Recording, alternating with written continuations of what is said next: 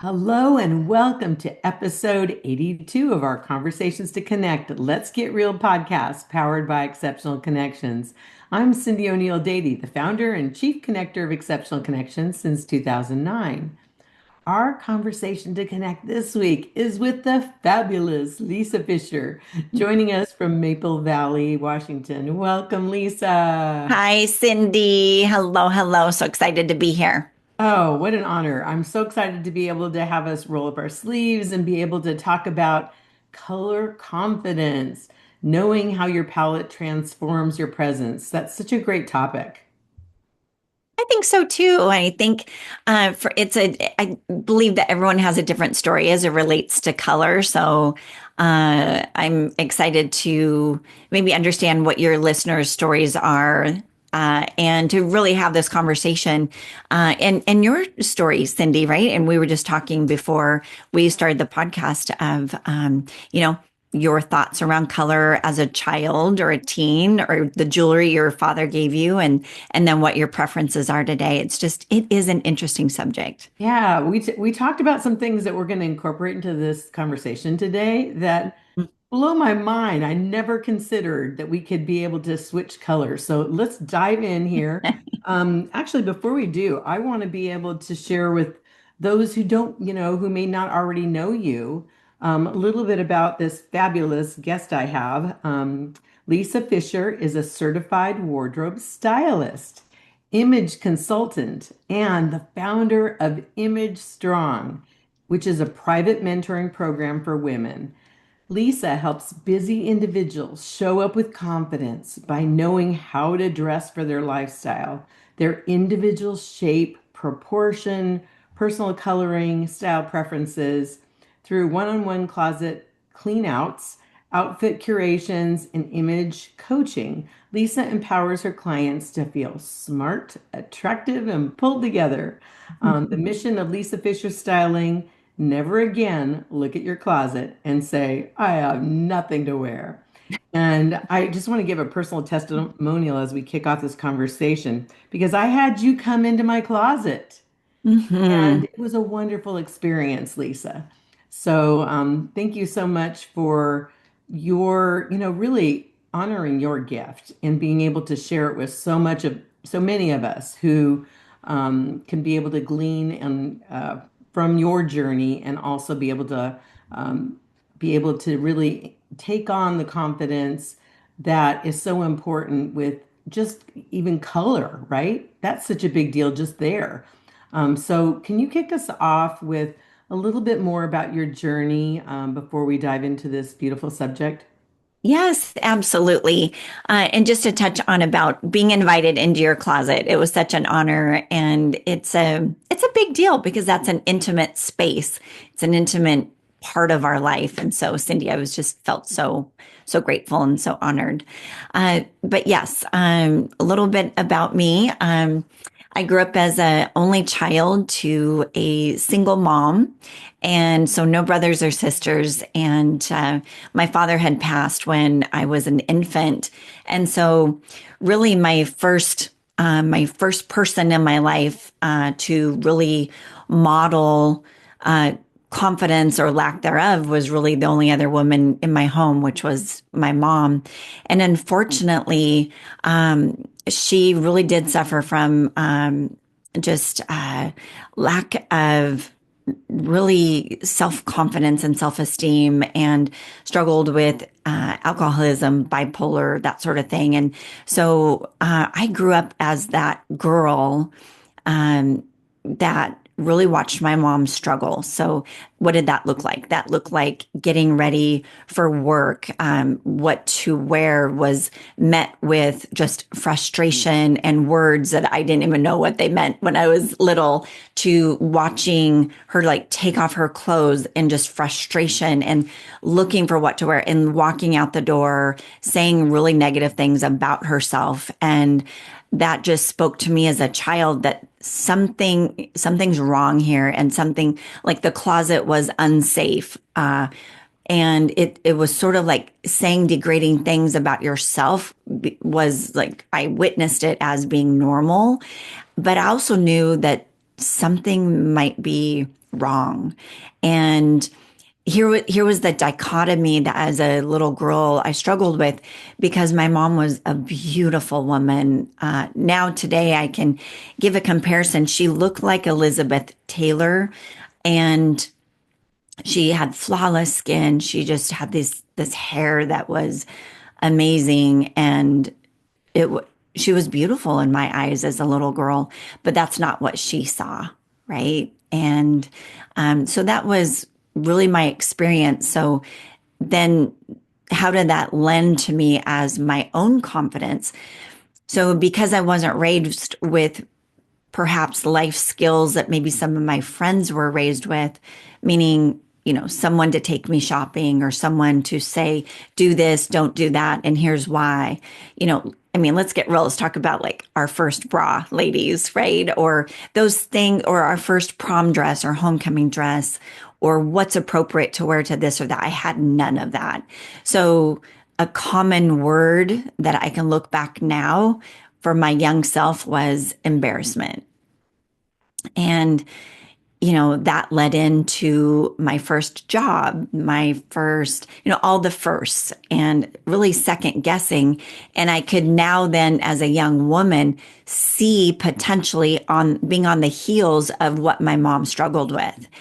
And I knew that that meant, um, that just wasn't how I wanted to be, 30 years down the road. And so as a young woman, I started seeking out professional help or support, you know, of where could I go to find out this information. So it could really just fill a void in terms of a life skill. Does that make sense? Whoops, Cindy, I think I'm unable to. Yeah, there you go. Looks like it's on mute. Sorry, I was muted That's there. okay. I was just, I've heard your story before, Lisa. And, I just want to say, I just want to thank you for always being so vulnerable, for being willing to share your journey. And because it makes me appreciate like the woman you are today and the contribution you are to so many of us, because you're willing to share that, very difficult circumstances and, like you say, negative kind of feelings that you didn't even understand really what that meant at the time as a young woman, as a young girl. But you've come a long way, baby. And you're able to really help a lot of us unlock our little things that, went wrong. And I'll be real transparent myself. Have, her mom didn't really share with her about like her cycle or when, to be able to equip her with the undergarments at the appropriate time. And so she didn't do that for me. And so I remember as a young girl in junior high, and I know that we're talking color here, but we're also just being real, right? Hmm. Is because that's part of conversation to connect. Is I remember walking with my arms crossed, holding my books because I didn't have a bra and I was starting to show. And those kind of feelings of discomfort. So I when you share your journey, it's not the same as mine, but it really allows all of us to kind of go back and embrace those times that were awkward or, embarrassing, like you say.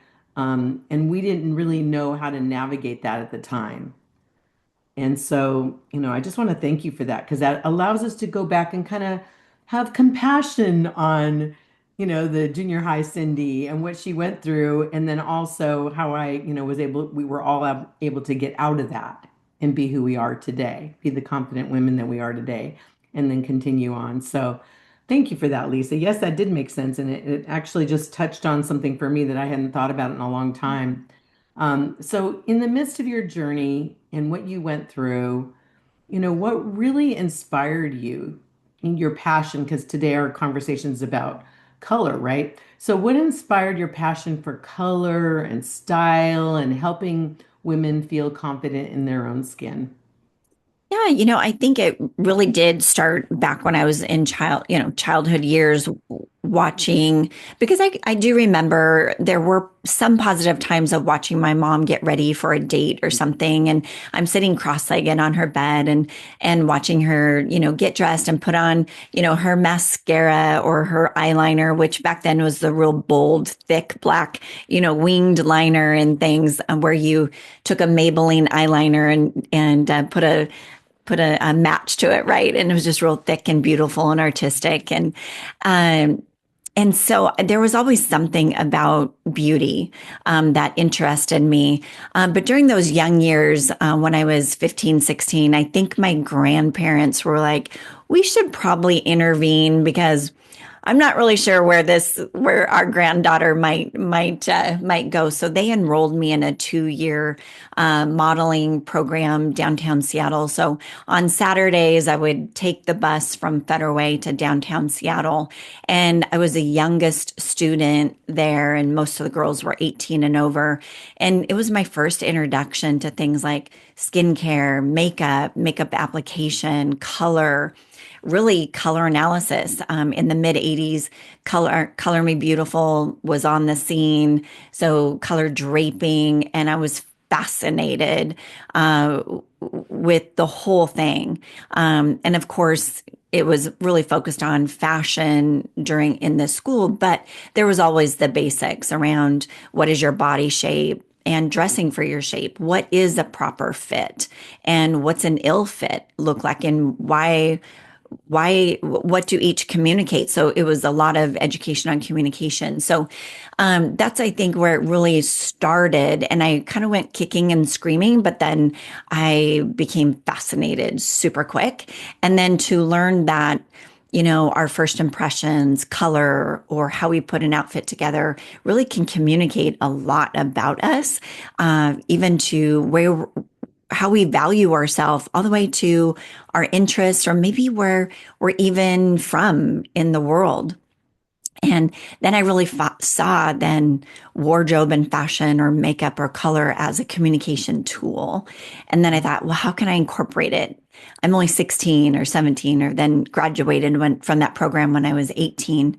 And then I went right into the pageant system. And my mentor became the woman who actually won Miss Teen USA. I was 18, she was 20, and she was the first Black underwater welder. And she happened to be my roommate. So I just really gleaned from her confidence, right? And she really inspired me and intrigued me. So I think those early years, 16 to 20 is when, as a person, I became interested, but it didn't come until way later in my life as a business. Okay.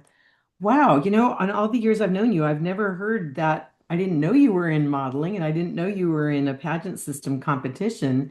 So that's really fun. So how did that, kind of exposure to wardrobe styling and all, how did that transform to like the inside? Because I know for you, it's so important to be able to share with women, that it's not just what you put on the outside, it's how it transforms how we really think about ourselves and the confidence that we're able to exude. Yeah, and I really didn't know that was a thing, Cyndi. I mean, I was so wrapped around like when I remember my first job, the early 20s, 21, 22, and then maybe getting into more of the career focus mid 20s. But even then, it's like, yes, I learned this information, but now when I actually have to do it myself and go shop, I just looked around at what other people are wearing, and I just tried to mimic it because it seemed that was, corporate work. At the time I was in hospitality, human resources, hospitality for a major hotel.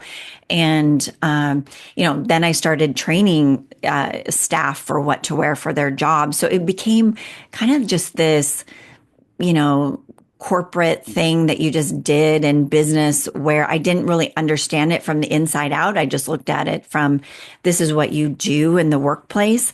But it wasn't until when I started having children, and then as my children got older, and then it wasn't until when they were like 6, 4, and 2 years old, I was like, you know what?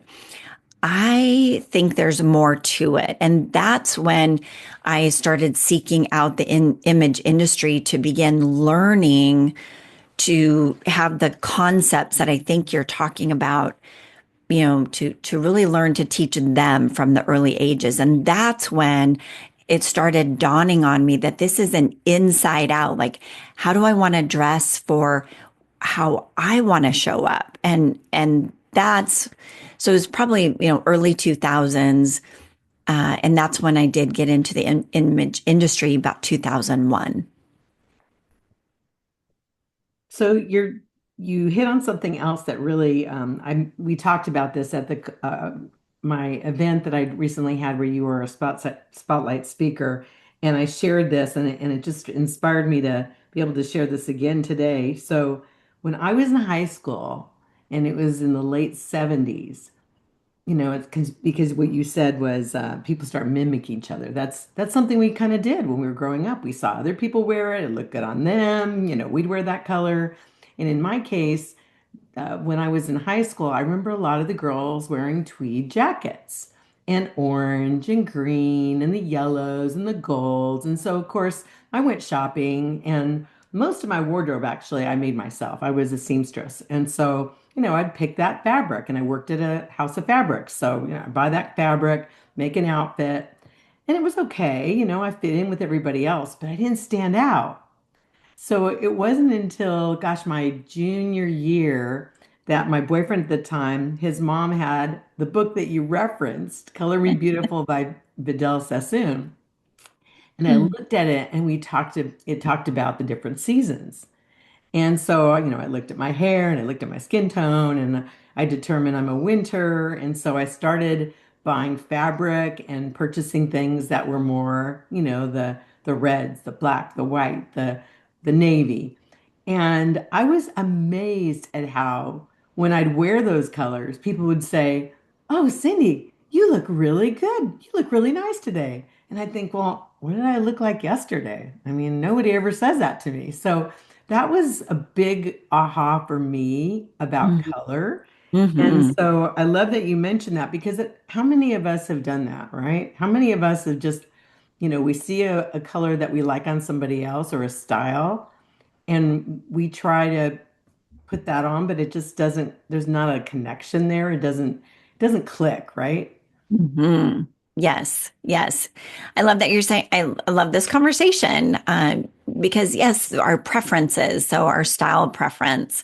And then when we have a garment on that fits really well versus ill-fitting, oftentimes, probably the two areas that I see often enough to bring it to this point is the shoulder line, and where does something fit if it's long sleeved on our wrist, if it comes down to our finger knuckles, it's probably a little long for a jacket. And if it Right. hangs off of our shoulder, unless that's the style, um those are two areas. And it does feel different when someone sees themselves in a really well fitted item and then an ill fitting item. You can, there's just a sense of that they feel more confident. Same is true with color, just like you're Right. saying. And does a color really enhance, Cyndi, you're saying the winter colors or those colors that enhance your, you know, hair color, eye color, your skin. So it's really cool. There's so many facets to Yes. style and wardrobing, and that you've shared over the years with our community that I so appreciate, and I've learned. And again, that's why I felt comfortable having you come into my closet to edit it.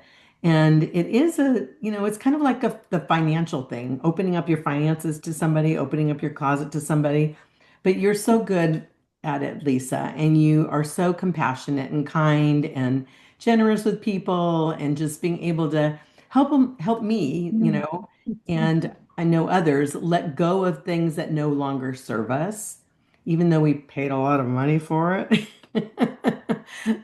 Or it doesn't fit anymore, or we hope it someday will fit again. There's all these just different things that are very emotional. They're tied to emotions. And so you share that color can transform our presence, right? Mhm. And I've experienced that firsthand. So when was the moment that you realized the true power of wearing the right color and then helping others to do the same? Was probably when I had my colors done is the gal that was doing my color draping. I could see different patterns or different swatches that she was holding up, and she was like leaning in, and she was just really commenting about how favorable they were on me. But they were colors that I did not prefer, like visually looking at them. And I remember calling my best friend and asking her to drive to my home. She lived a half hour away, saying, I think this gal is picking all of the wrong colors for me. Because visually, my favorite colors were white, black, red, gray. And this gal was picking out browns and rusty reds and deep oranges and these wine burgundies and creams. And I was like, I had an association in my mind about those colors. And my girlfriend came over, sat down, and she was on the same side as the image consultant, and she was agreeing with her. And that was the first time that I really I was so upset getting my color fan. I was like, I hate all of these colors. And the gal was so kind, and she helped me to understand that even though preferably I might enjoy the blacks, the whites, the grays, that that's different than what is actually attractive and harmonizing with my personal coloring. So she recommended things like you may want to consider decorating your home with those colors and maybe just not wearing them at least close to your face. And then that made me even more angry. Oh my gosh. And so what I did is I cried, and I thought I just paid money to be told like what? And then I started experimenting, and it took me probably a year for this experiment to even between like today, I don't know if you can tell, but I'm wearing a navy blue, right? And that's more in my palette than a black, just due to my coloring. And so I started experimenting with browns. I had never worn really brown in my life up to that point. And she said, Lisa, with your rich brown hair and your rich eyes with gold flecks, brown is very complementary versus gray. So what occurs is warm is very approachable. Warm is it's very soft on you, where black is a little bit harsh and contrasting. And it was Mm. my favorite color. And so that was my first time, and that was in 2009. And so right after that, it intrigued me so much. That was my first year getting certified in color analysis because I'm like, I want to figure this out. I am so challenged that I don't want to say she's wrong. I want to find out why. Why does she believe this? And so that's what I did with it. Wow. Okay, so let's back up a minute just for the listeners who may not really understand the different seasons and color analysis. Can you just give us an overview on what the four seasons are, the difference between, you know, and I feel like you've educated me on warm and cool and all of that. So can you give us Sure. an overview so as we go forward, they can be able to maybe start identifying what their season is, and if they're not sure, we have an opportunity at the end for them to work with you. Sure, sure. Well, I like we said about let's just keep it basic. Let's talk about like cool and warm colors, right? So with let's just take two metallics. Let's take a silver metallic and a gold metallic, or let's take a metal, a silver metal and a gold metal, right? So when we're considering jewelry or things like that. So the silver would represent more of the cool tone. So the cool tones, I think of like white snow. I think of the winter season, so crisp white snow, or the red, the beautiful cranberry sort of cool reds, or the winter greens from the holly, right? So winter, and then also in that is the summer tone. So I think of summer, I think of white sandy beach, I think of the beautiful blue, like crispy, beautiful blue water, right? I think of the pinks and the sunset. And with warm, I think of the warm gold metal. So gold. So some other colors that could relate to the warmer colors could be a terracotta Arizona sunset, or it could be the warm colors of the bright warm colors of a tulip field. So the bright yellows, the bright warm reds, the green tulip leaves. So the color black often is in the winter season. So it's a cooler color, and that is like the most concentrated color in a color palette that might be in the winter season. Whereas in the warm season, the darkest, richest, concentrated color might be in the darkest of browns in a coffee, like a espresso coffee brown. It might appear black, but it's not as concentrated as, you know, a black, rich black, right? So how could I contrast that visually? So let's think of a celebrity. So Kim Kardashian has jet black hair, right? So that's more in that, winter season black. Whereas someone who has really rich, warm coloring might be an Eva Longoria, right? So Eva Longoria or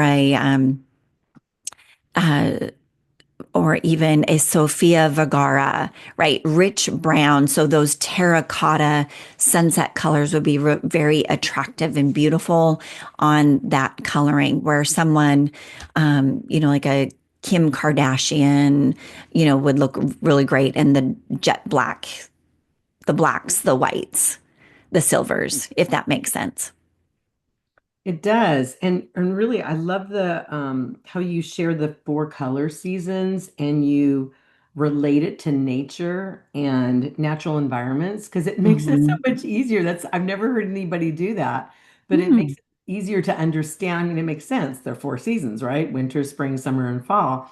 And that it really is reflective of those seasons and the colors in those seasons that so not everybody, okay, so let's talk about something that we talked about beforehand that I thought was so intriguing because I always had this perception that like once you do your color analysis or have somebody do it for you and confirm it, like that's what you are, Mm-hmm. to the end of time.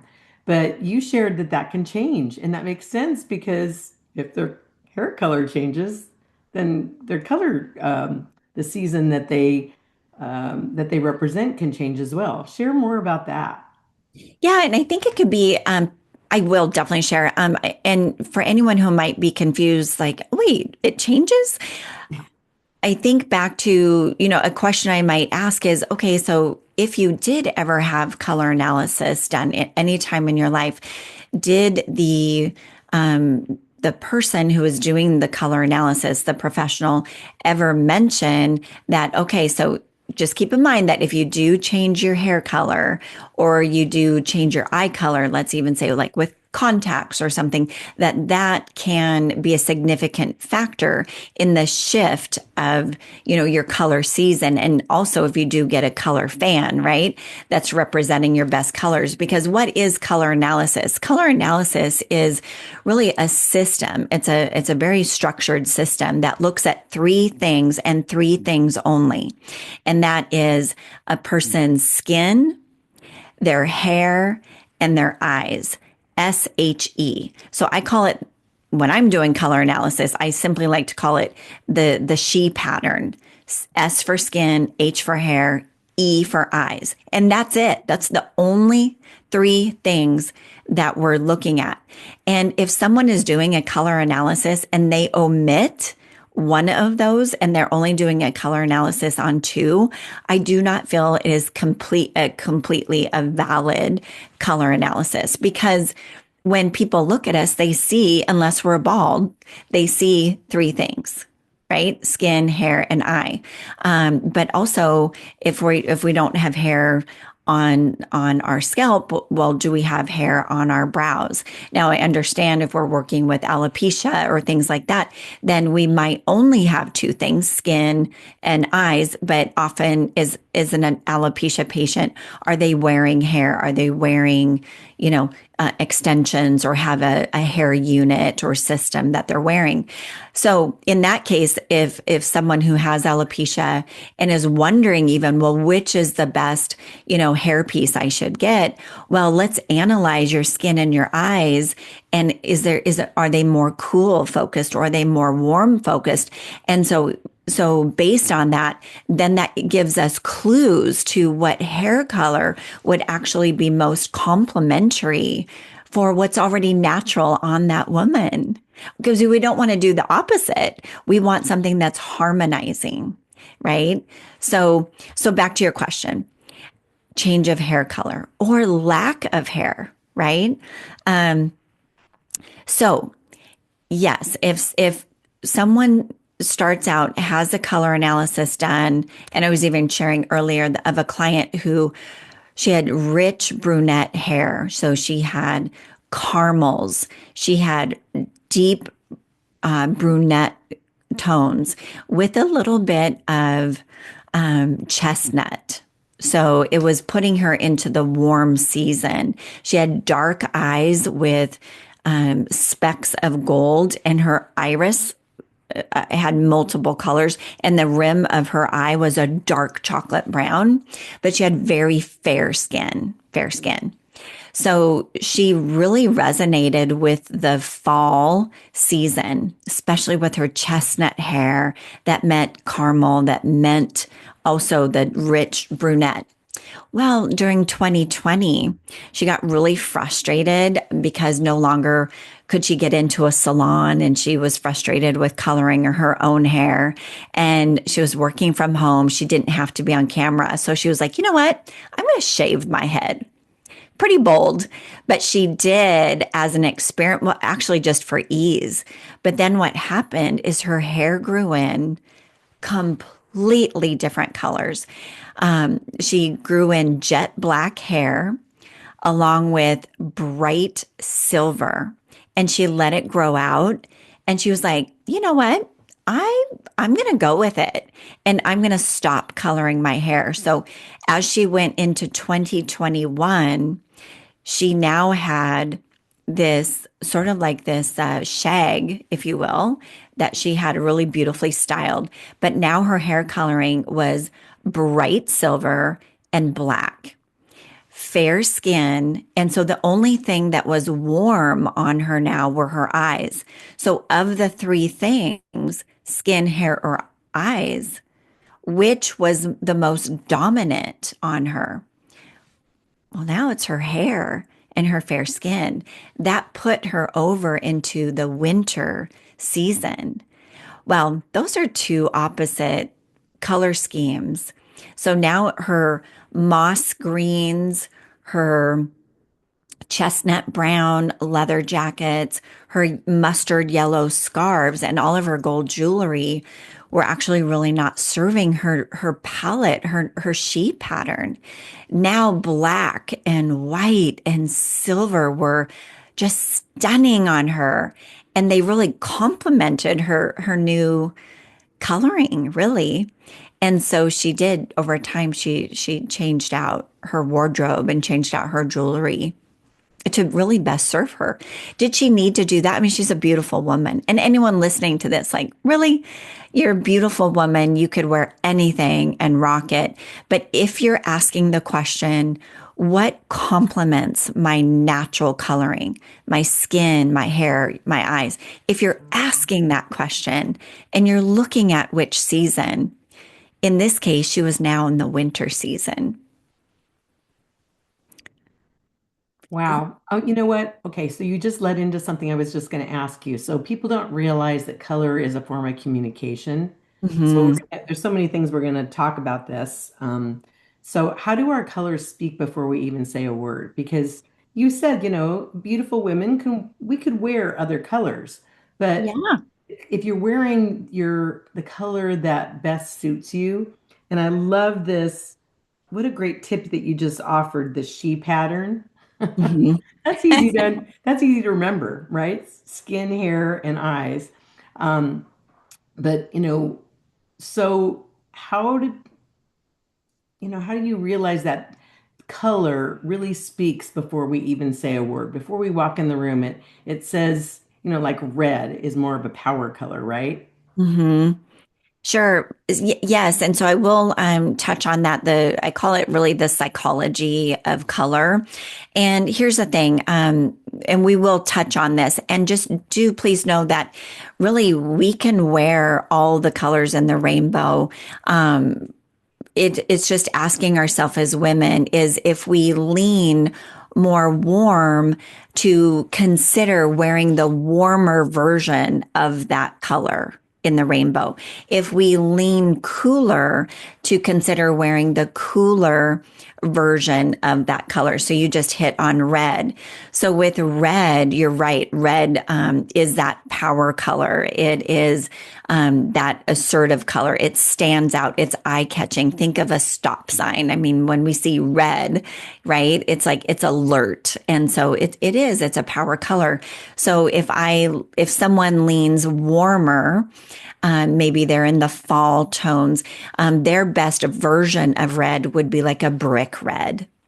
And if someone's in the cool winter, like you, Cyndi, then that would be like an apple red, right? Like a true red. Or if you're looking to pick like your best version of a cool lipstick, it might be called a true red.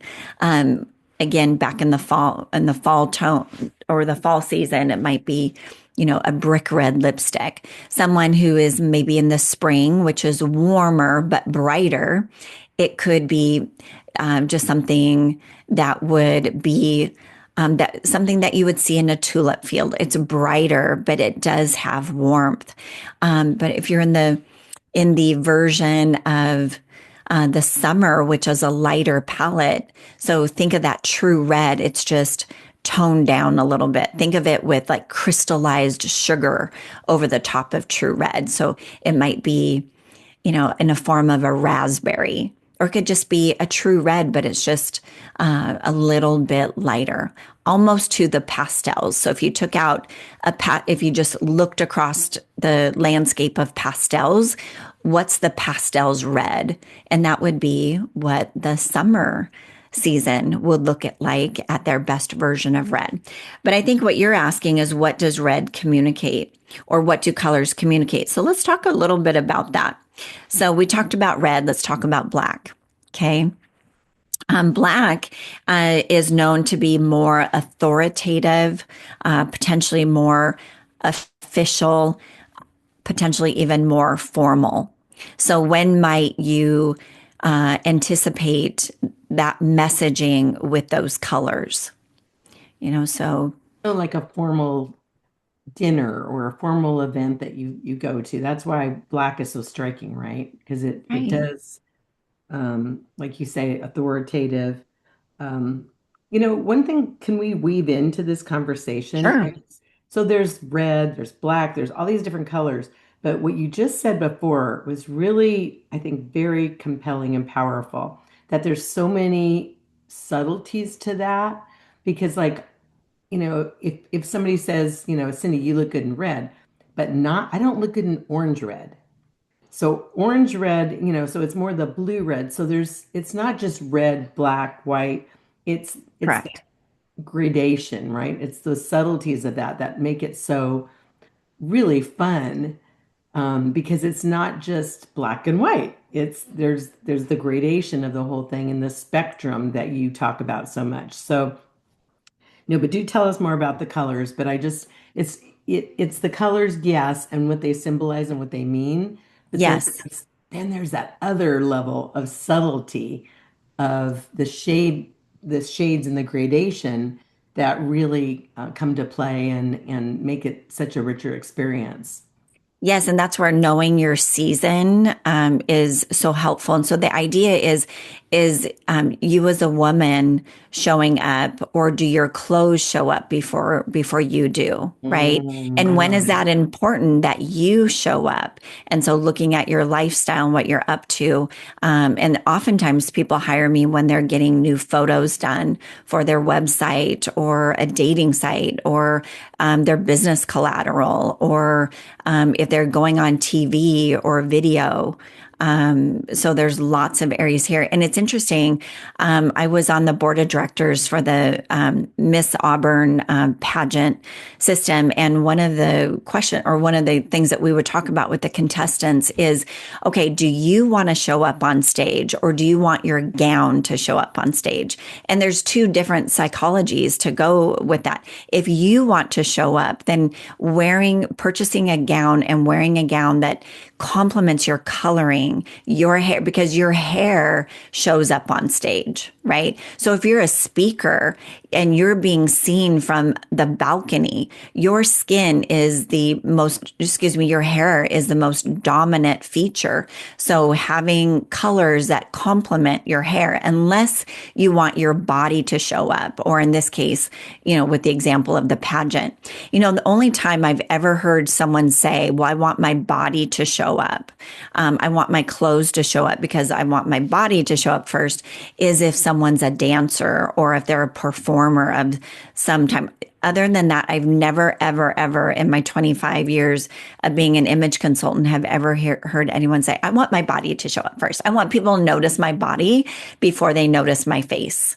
And Right. so all of this, why we're even talking about this, it's all about like us showing up, like when we speak, that people see us and they're not distracted by anything else. They're actually all things point to our face, right? For what we're up to in the world, whatever that is that we're out doing in the world, to be influential or whatever it is, whatever our messaging is. So black is not for everyone. So if we're trying to be approachable and black is not our best color, although we're wearing it, we might be presenting this too striking of authority and we're trying to come across approachable. No wonder perhaps it could be one thing that's lending to, oh, I came across in the interview as overbearing. I wonder if, typically when people are consulting with me and they're giving me that scenario, my first question is, well, what color did you wear? Because it could have come across as too much. Because black says so much. But let's move on to some other colors. Let's I take, just want to say, I love yeah, that you're talking about color mistakes. color mistakes. Because yes, that is so much fun because we might think, oh, I want to look professional, but what other message are they conveying? So I love that color mistakes are something that we should be conscientious of in terms of, and maybe it's not color mistakes as much as just being aware of when to use the colors and the setting and the occasion that we're showing them that that because I can wear black, I can wear red. Yes, yes. But do I want to wear red to a funeral? No, probably not, right? So, being conscientious of the power of color and when to use it appropriately, I think is very important. Yeah, absolutely. Love that you bring that up. So let's look at a couple other colors. So blue comes across as trustworthy, dependable, and calm. Green communicates creativity, generosity, and progressive. So can you think of a company logo that has green in it, that when we're driving down the road and we want a cup of coffee, where do we often visit? And it's interesting, especially when we combine green with brown. Brown communicates reliability, steady, and receptive. Interesting. Let's talk about white. White communicates gracefulness, elegance. It also has an innocence and purity to it as well. White also has a sense of, if I didn't say it already, a little bit of formality to it. So, as we're thinking of white, this is another really great opportunity to ask ourselves, what is our best version of white? Is it ivory? Is it white white? Is it off white? Is it soft white? Is it a gray white? And is it so I here's how I keep it simple. And clients laugh often, but I'll say, is it 2% milk or is it skim milk? Like, Ah, is it which one looks best? And here's a test if you're curious about which version of white is best is hold up your whatever garment and hold it up to your face when you're looking in the mirror and smile. And then keep trying on different versions of white until you get to the point where your teeth look the whitest. Then whenever your teeth look the whitest and the shiniest, that is your best white, your best version. And so I often say, well, is it the 2%? Is it the whole milk? Or is it the skim milk, your gray white? Your gray white is going to be your cooler white, and your whole milk is going to be your more of your ivory, and your 2% milk is that kind of that safer middle ground. It's not quite yellow and it's not quite gray. And smile in everyone's teeth is a huge indicator. The second indicator is the whites of your eyes. Which white makes your eyes, like which one actually does it look more like almost that jaundice yellow, or does it make it look like youthful white? And there's a difference.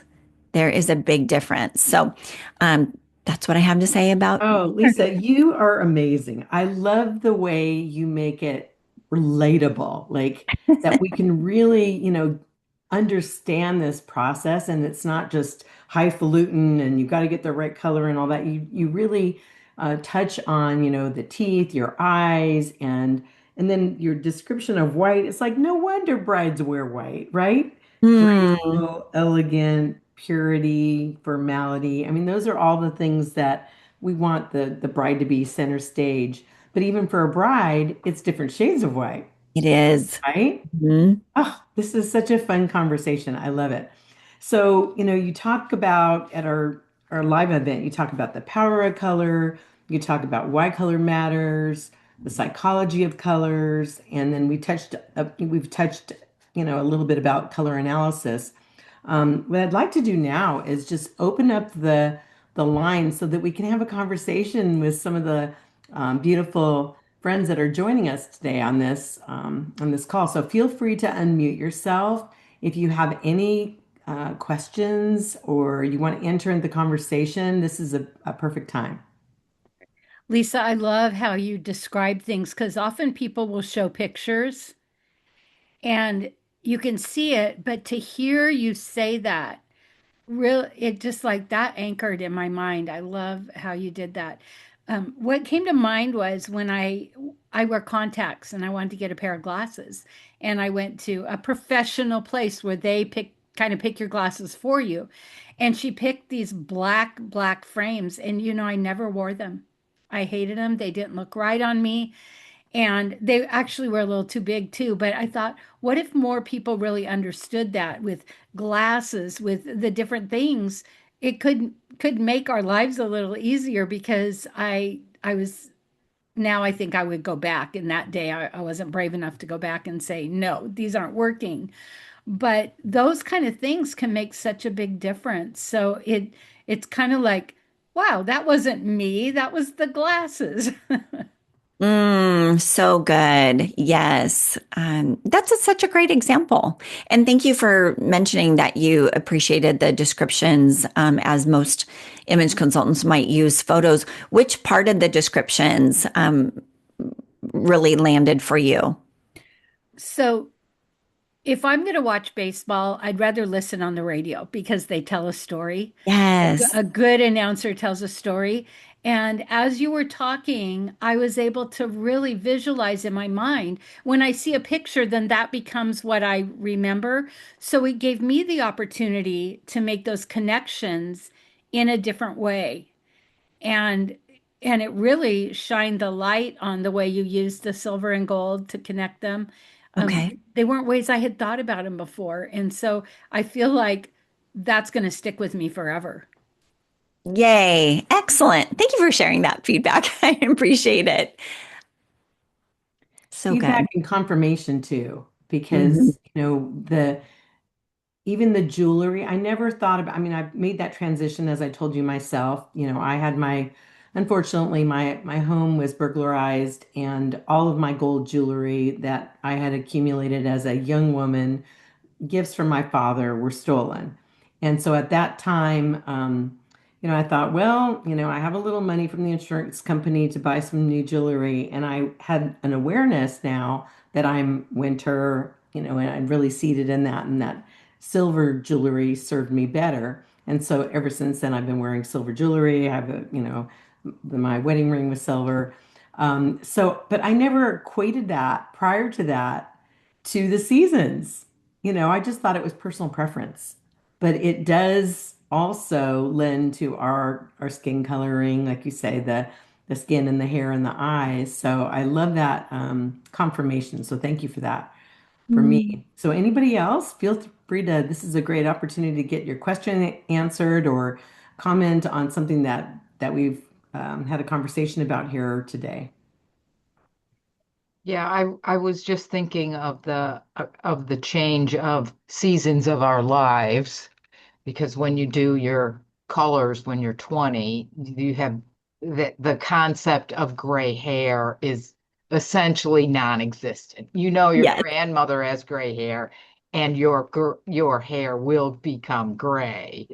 Um, and and so I'm finding the tweaks that I'm making or needing to make about colors that I'm wearing or not wearing anymore. Um, that and then it's giving up that clothing item that I really do like because it's got a style, it's got a cut and a fit that works, but it's like the whole package needs to work. Mm. And then it's like, okay, well now if it's not this thing, then now I got to figure out where to get it and the how does it fit in and uh yeah, so it's changing out some of the pieces. Um Sorry about that. Changing out some of the pieces of my wardrobe uh that wanting to make some tweaks on it. Hmm. So Yeah. So it sounds like you might be having an experience like I had with, when the gal came in and yeah, suggested those colors. And I will say this is, again, whatever. we can wear, you can wear, anyone listening can wear whatever makes you, right, just feel so beautiful and shine and that you enjoy and wear it and love life. I think that color comes into play when perhaps we're wanting to simplify and have, all things that make us up as a woman uh, be simple, that it harmonizes perhaps with our skin, our hair, and our eye. And so, what might that potentially be? And then making decisions, like you're saying, what I might switch out and what I may not. But then I'm going to still enjoy that. And so, watch this for a second, hun. Is like, okay, so what are those things? And if we think about it, we have wardrobe. So, what do we have in wardrobes? Tops, thinking of things that are closest to our face. We have tops, we have layering pieces. Then we have those things, year round, 12 months, right? All the different things that we do in a year's time. Uh, and then we have, what else? We have accessories. So that could be scarves, jewelry, so earrings, necklaces, glasses, headwear, scarves, hats, all those things. And then we have, gosh, outerwear.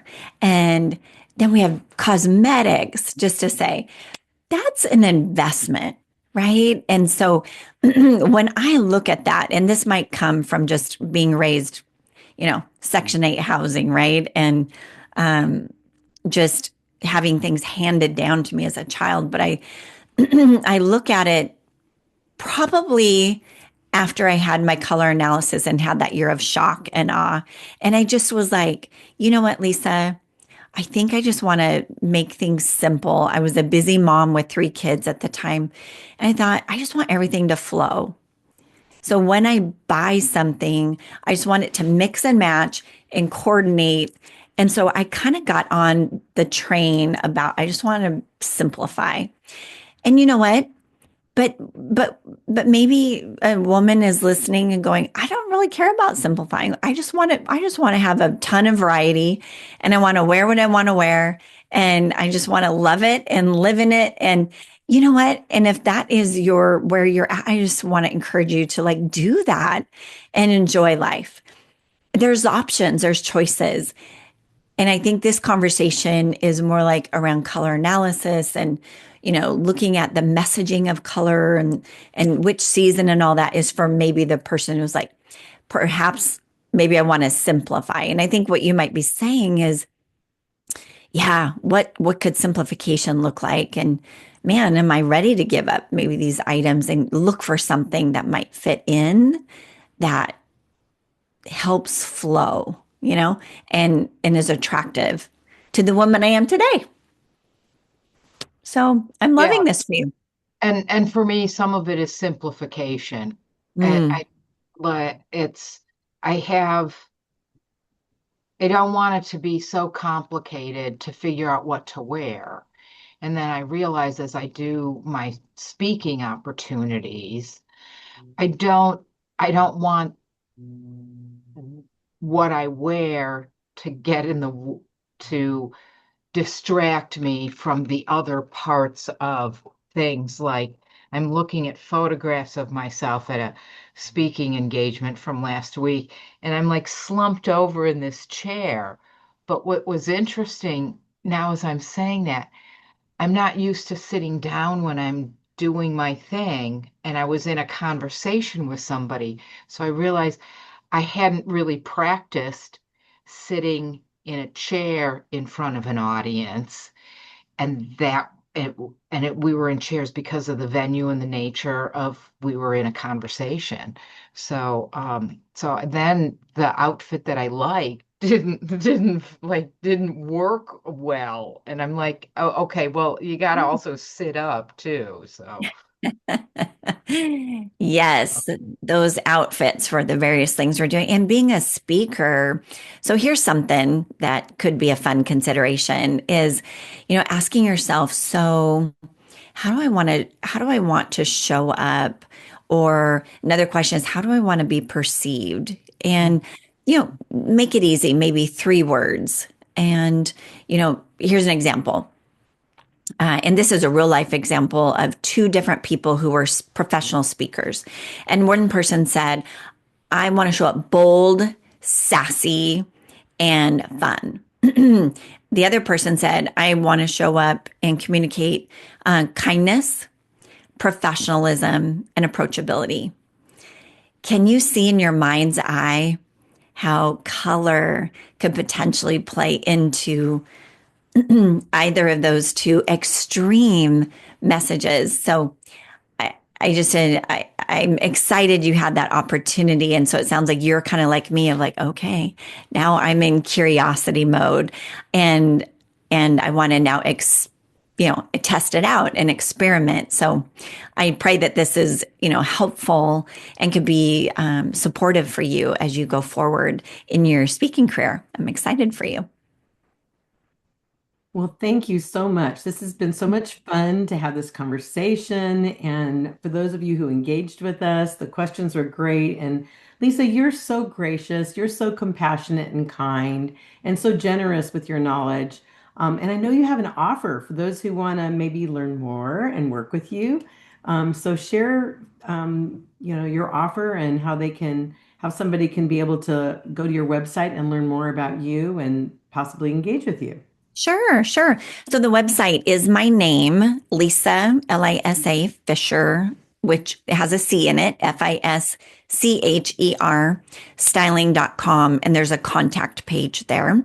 The offer is for anyone who is interested in actually having an updated color analysis, where this has been your first time ever, or you're just looking, like I mentioned, for an update for the woman you are today. And typical price is $249, which includes color analysis with all of the swatches and a personalized color fan that you take home the same day. And then we also do a mini makeover with cosmetics, and we do blush, shadow, and lip color to ensure that the cosmetics are also in alignment with the color season that we've discovered. So it's so you leave kind of really seeing it all being pulled together. And that's typically $249. And so we're doing, for exceptional connections and for the podcast, $100 off. So that's $149. Wow, that's generous. Thank you so much. So, and I will have the information on how to contact Lisa in the description. Perfect. So thank you so much for that. And so, Lisa, as we wrap up here, as we put a bow on this beautiful conversation, would you share with our listeners a closing thought to just encourage us and help us on our journey? I love that. Yes. And that is when you wake up in the morning and you're getting ready for your day, this is a declaration, uh, encouragement. Walk into your closet and declare to your closet as you're looking at it, closet, serve me, and declare how you want to show up that day. And as you're getting dressed, notice in the mirror as you have everything on, do you feel that way that you just declared to your closet? And if not, if you don't have time, then that night, keep discovering what other things could be taken on, or things that could have been put on or off, right? To have met what you declared that day. Or in the morning, if you do have that time, take off that jacket, put on something different until you align with your declaration of what you said was important to you. So it becomes no longer what, I think I should wear to this venue. You declare it. You're smart. You're in control. You know the woman and how you want to show up. So declare to your closet. And if you don't have the items in your closet to be able to put that look together, then take some time for yourself. Carve it out in your calendar to get support, or get out there shopping, or get online and start experimenting with some things until your closet starts aligning with what you're declaring over yourself. Mm. That is so beautiful. And alignment is such a beautiful word. Education, and it's a process, it's a journey. So Mm-hmm. I just want to share because you prompted me with this. Lisa has these little stickers that you can put on your mirror. I just keep it, I don't know if it's backwards. Does it It's read it's it's properly? perfect. Mm-hmm. Okay. And so it's a sticker, but I just use it and I put it right here on my desk. And she's asking the question, my style statement, and you alluded to this earlier. You had in the conversation, you talked about how you want to show up. And so my declaration in the past was approachable, authentic, and sophisticated. And so, working with you, Lisa, has really helped me to show up more confidently and to do just what you just shared. The night before I have an event, I lay out my clothes and I think about how I'm going to look in them. I usually try it on, and often when it doesn't feel right, I usually, like, I switched out. I was going to wear something different to our last event, and I switched out to the blue. I'm not as comfortable with the blue. You guys haven't seen me in blue a lot, right? But I wore the blue and it felt great. And so I just want to, kind of put a underline that what you've taught me over the years has really served me well. And I just am so grateful for you, for your friendship, for your intentionality, and for your authenticity, and allowing us to all, for being vulnerable to yourself, and allowing us to be open and willing to explore this colors and style and all of that. So thank you so much, Lisa. Thank you, everybody, for contributed and listen to this call. And for those who are listening to it later, be sure to check out the description for how to get in touch with Lisa. And so in closing, I just want to remind everybody to remember to make every connection an exceptional connection. Thank Excellent. you. Bye. Bye.